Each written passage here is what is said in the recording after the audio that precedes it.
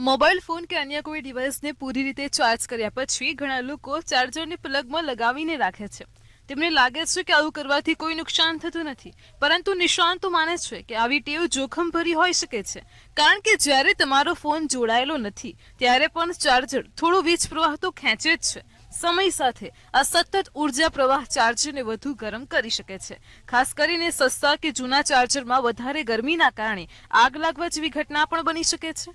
ઉપયોગ વગર સતત વીજળી મળતી રહેતી હોય તો ચાર્જરના આંતરિક ઘટકો ઝડપથી બગડી શકે છે. આવું થતાં ચાર્જર બરાબર કામ કરતું નથી અને ક્યારેક ખરાબ પણ થઈ શકે છે. જો અચાનક વીજળીનો ઝટકો લાગે તો પ્લગમાં લગાવેલું ચાર્જર ખરાબ થઈ શકે છે અને કેટલાક કિસ્સામાં જો એ ઉગાડવામાં આવે તો ખૂબ ખતરનાક બની શકે છે. પ્લગમાં સતત જોડાયેલું ચાર્જર અંદરથી ખરાબ થઈ જાય છે, જેથી શોર્ટ સર્કિટ થવાનો ખતરો પણ ઊભો થઈ શકે છે, જેનાથી તમારા ઘરમાં આગ લાગી શકે છે કે વીજળીનું મોટું નુકસાન પણ થઈ શકે છે. તેથી જો તમે ચાર્જરનો ઉપયોગ કરી રહ્યા નથી તો તેને અનપ્લગ કરી દેવું જોઈએ.